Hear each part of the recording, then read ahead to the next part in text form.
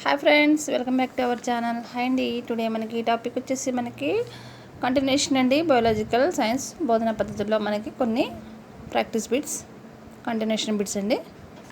మనం లాస్ట్ ఇక్కడ వరకే చేసాము. ప్రాక్టీస్ అయిపోయినాయి. నెక్స్ట్ ఇక్కడ నుంచి కంటిన్యూషన్. మూల్యాంకన విధానంలో లక్ష్యాలు, అభ్యాసన అనుభవాలు, మూల్యాంకన సాధనాలు, వీటి మధ్య సంబంధాన్ని ఈ రూపంలో చూపించవచ్చు. త్రికోణం. ప్రాచీన పరీక్ష విధానం కేవలం ఈ రంగానికి మాత్రమే ప్రాముఖ్యత ఇచ్చింది. జ్ఞానరంగం. ప్రవర్తనలో ఎంతవరకు మార్పు తీసుకురాగలిగామో తెలిపేది. ప్రవర్తనలో ఎంతవరకు మార్పు తీసుకురాగలిగామో అని తెలిపేది మూల్యాంకనం. దిస్ ఈజ్ ఇంపార్టెంట్ అండి. ఒక విషయాన్ని గురించి కానీ వ్యక్తిని గురించి కానీ పరిణాత్మకంగా అంచనా కట్టడానికి ఉపయోగపడే సాధనం పరీక్ష. ఇది కూడా మనకి ఇంపార్టెంట్. క్లాస్ డేస్లో అడిగాడు. నెక్స్ట్ బిట్ వచ్చేసి మూల్యాంకనానికి ఒక ఆకారాన్ని, ఒక అధికారాన్ని కల్పించినది ఏంటది? మాపనం. విద్యార్థి మూర్తిమత్వంలోని ఒక నిర్దిష్టమైన భాగాన్ని తెలుసుకోవడానికి దోహదపడి చేసేది ఏంటంటే మాపనం. విద్యార్థి సమగ్ర మూర్తిమత్వాన్ని గురించి తెలియజేయనది మూల్యాంకనం. విద్యార్థి భూత భవిష్యత్ వర్తమాన ప్రగతిని అంచనా వేయనది మూల్యాంకనం. పరీక్షలు నిర్వహించి ఫలితాలను పొందడాన్ని ఏమని పిలుస్తారంటే మాపనం. మాపన ఫలితాలను విలువకట్టడం లేదా ఆ ఫలితాలపై ఆధారపడి నిర్ణయాలు చేయడాన్ని ఏమని పిలుస్తారంటే మూల్యాంకనం. దిస్ ఈజ్ ఎన్ని very very important bits friends. దీంట్లో కంపల్సరీగా ఇప్పుడు మనం ప్రాక్టీస్ చేసే బిట్స్లో కంపల్సరీగా ఒక 2-3 బిట్స్ అనేది కంపల్సరీగా వస్తాయి. సో ఫ్రెండ్స్, మీరు మాత్రం ఈ బిట్స్ మిస్ కావద్దు. నెక్స్ట్ బిట్ వచ్చేసి మూల్యాంకనం జరిపే ఉద్దేశాన్ని బట్టి, సమయాన్ని బట్టి మూల్యాంకనాన్ని ఎన్ని రకాలుగా విభజించవచ్చు? 3 రకాలుగా. తరగతి గదిలో బోధనాభ్యసన ప్రక్రియ ప్రారంభించే ముందు విద్యార్థుల సామర్థ్యం, బలహీనతను తెలుసుకోవడానికి ఉపయోగించే మూల్యాంకనాన్ని ఏమని పిలుస్తారంటే లోప నిర్ధారణ మూల్యాంకనం. నెక్స్ట్ వచ్చేసి ఒక నిర్ణీత పాఠ్య విభాగంలో బోధన చేస్తున్నప్పుడు బోధన పూర్తి కాకుండానే, అంటే బోధన మధ్యలోనే నిర్వర్తించే మూల్యాంకనాన్ని ఏ మూల్యాంకనం అని పిలుస్తారంటే నిర్మాణాత్మక మూల్యాంకనం. నెక్స్ట్, దీని ద్వారా బోధన సామర్థ్యాన్ని అభివృద్ధి చేయడానికి విద్యార్థి అభ్యసనాన్ని అంచెలంచెలుగా తక్షణమే తెలుసుకునే వీలుంటుంది. నిర్మాణాత్మక మూల్యాంకనం. దిస్ ఈజ్ ఇంపార్టెంట్ అండి. సాధారణంగా పాఠశాలలో విద్యార్థులకు పెట్టే యూనిట్ లేదా మౌలిక ప్రయోగ పరీక్షలను యొక్క ఉపకరణలుగా చెప్పవచ్చు. నిర్మాణాత్మక మూల్యాంకనం. పాఠ్య విభాగం బోధన పూర్తయిన తర్వాత లేదా ఒక టర్మ్ లేదా సంవత్సరం పూర్తయిన తర్వాత నిర్వహించే మూల్యాంకనం ఏమని పిలుస్తారంటే సంకలనాత్మక మూల్యాంకనం. త్రైమాసిక, సంవత్సరిక పరీక్షలను మూల్యాంకనోపకరణాలుగా ఉపయోగించవచ్చు. దీన్ని ఏమని పిలుస్తారంటే సంకలనాత్మకం. మూల్యాంకన విధానంలో ఎన్ని సోపానాలు ఉన్నాయంటే 5.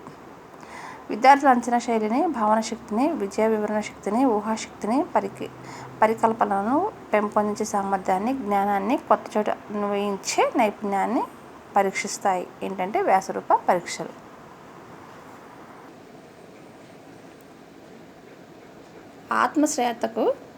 ఆత్మశ్రయాతకు ఏమాత్రం అవకాశం ఉండని పరీక్షలు లక్ష్యాత్మక పరీక్షలు. ఎక్కువ విశ్వసనీయత గల పరీక్షలు లక్ష్యాత్మక పరీక్షలు. శిక్షణ సామర్థ్యం ఉన్న వ్యక్తులను ఒక సామర్థ్యం లేని వ్యక్తుల నుండి వేరు చేయడానికి ఉపయోగపడినవి సహజ సమర్థ పరీక్షలు. విద్యార్థుల్లోని వివిధ నైపుణ్యాలను, అవగాహనలను పరీక్షించడానికి ఉపయోగపడేవి నిష్పాదన పరీక్షలు. ఈ పరీక్షలు వ్యక్తుల అభిరుచులు, ఆసక్తులు, నైపుణ్యాలను, ప్రజ్ఞను ఒక నిర్దిష్టమైన పద్ధతి ప్రకారం మాపనం చేస్తుంది. అంటే ప్రామాణీకరణ చేసిన పరీక్షలు. ఏదైనా ఒక విషయం గురించి ఒక వ్యక్తి అభిప్రాయాలను ప్రత్యక్షంగా అడిగి తెలుసుకోవడానికి వీలైనది పరిపరీక్ష. వీటిని ఉపయోగించి వ్యక్తుల అభిరుచులు, వైఖరులు, అభిప్రాయాలను మొదలైన వాటి గురించి సమాజాన్ని క్రమబద్ధంగా తెలుసుకోవచ్చు. అంటే ప్రశ్నావళి.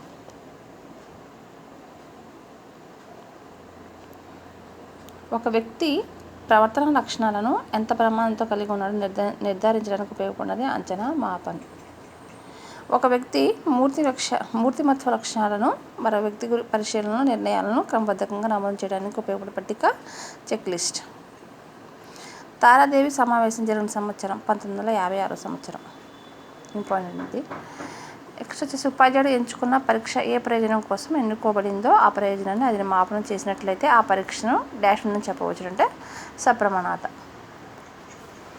నెక్స్ట్ వచ్చేసి ప్రశ్నపత్రంలోని ప్రశ్నలు లక్ష్యాలను ఆధారంగా చేసుకొని బోధనా లక్ష్యాలను పరీక్షించేవిగా ఉంటే ఆ ప్రశ్నపత్రంను డాష్ను కలిగి ఉంటుంది, అంటే సప్రమాణతను కలిగి ఉంటుంది. నెక్స్ట్ అండి, ఏదైనా ఒక పరీక్షా పత్రాన్ని వేరు ఉపాధ్యాయులు దిద్దినప్పటికీ దగ్గర లేదా ఒకే మార్కులు రావడాన్ని, లేదా ఒకే ఉపాధ్యాయుడు వేరు సార్లు దిద్దినప్పటికీ ఒకే మార్కు రావడం అనేది జరిగితే ఆ పరీక్ష డాష్ కలిగి ఉంటుందంటే విశ్వసనీయత. విశ్వసనీయత ఎన్ని అంశాల మీద ఆధారపడి ఉంటుందంటే 3. విశ్వసనీయత ఏ అంశంపై ఆధారపడి ఉంటుందంటే పైవన్నీ, అంటే పరీక్ష నిడివి, సరైన సూచనలు ఇవ్వడం, మార్కులను ఇవ్వడంలో లక్షణాత్మకత. నెక్స్ట్ వచ్చేసి ఇద్దరు కానీ అంతకన్నా ఎక్కువ వ్యక్తులు కానీ ప్రవర్తనను ముదింపు చేసి ఒక నిర్ణయానికి వచ్చినప్పుడు అది డాష్ కలిగి ఉందంటారు, లక్ష్యాత్మక. గణన చేసే వారి వ్యక్తిగత అభిప్రాయాలకు, పాక్షిక నిర్ణయాలకు తావులేని నికష, లక్ష్యాత్మక నికష. ఒక వ్యక్తి కానీ ఎక్కువ మంది వ్యక్తులు కానీ ఏ సమయంలోనైనా ఒక పరీక్షా పత్రాన్ని దిద్దినప్పుడు ఒకే విధమైన మార్కులు పొందడాన్ని డాష్ అని పిలుస్తారంటే లక్ష్యాత్మక. జ్ఞానం, అవగాహన, వినియోగం ఈ రంగానికి సంబంధించినవి, జ్ఞాన రంగానికి. నైపుణ్యం ఈ రంగానికి సంబంధించింది, మానసిక చలనాత్మక రంగం. ఆసక్తులు, వైఖరులు ఈ రంగానికి సంబంధించినవి, భావవేశ రంగానికి. ఇంపార్టెంట్ అండి. నెక్స్ట్ బిట్ వచ్చేసి పాఠ్య విభాగాన్ని లక్షణాత్మకంగా బోధించిన తర్వాత ఉపాధ్యాయుడు ముందుగా రూపొందించుకున్న బోధన లక్ష్యాలు నెరవేరింది లేనిది పరీక్షించుకోవడానికి ఉపయోగించే చిన్న పరీక్షను ఏమని పిలుస్తారంటే యూనిట్ పరీక్ష. లక్ష్యాలు, పాఠ్య విషయాలు, ప్రశ్నరూప భార ప్రాముఖ్యత గల సమ్మేళన పట్టికను ఏమని పిలుస్తారంటే సమగ్ర పథకం. లక్ష్యధార భార ప్రాముఖ్యత, విషయ భార ప్రాముఖ్యత సమ్మేళనను డాష్ అని పిలుస్తారు, సమగ్ర పథకం. నెక్స్ట్ మూల్యాంకన విధానంలో విద్యార్థి ప్రవర్తనలో వచ్చే ప్రవర్తన మార్పులను మాపనం చేయడానికి ఉపయోగించే వివిధ రకాల సాధనాలు ఏమని పిలుస్తారంటే మూల్యాంకన సాధనాలు. నెక్స్ట్ దీని తరగతి గదిలో బోధనాభ్యసన ప్రక్రియ ప్రారంభించే ముందు విద్యార్థుల సామర్థ్యం, బలహీనతలు తెలుసుకోవడానికి ఉపయోగిస్తారు, మూల్యాంకనం విధానం. ఇవన్నీ వెరీ ఇంపార్టెంట్ బిట్స్ ఫ్రెండ్స్. మీరు తప్పకుండా ఫాలో అవ్వండి బిట్స్ని. మళ్ళీ నెక్స్ట్ కంటిన్యూషన్ బిట్స్ కోసం please like and share and subscribe.